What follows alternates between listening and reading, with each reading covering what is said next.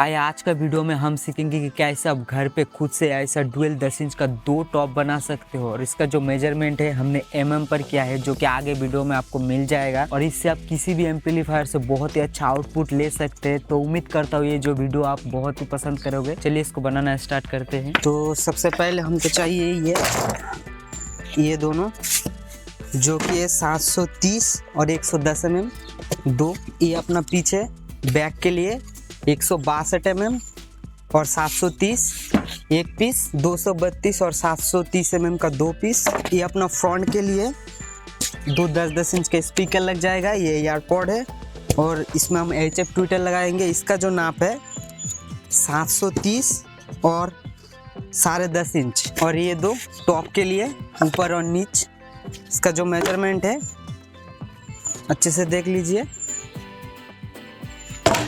तो पहले मैं ये टॉप का ले लेता हूँ, ये अपना दोनों साइड का। तो इन सबको जोड़ने के लिए वही हम कील और फेविकॉल का यूज़ करेंगे। तो चलिए इन सबको जोड़ते हैं।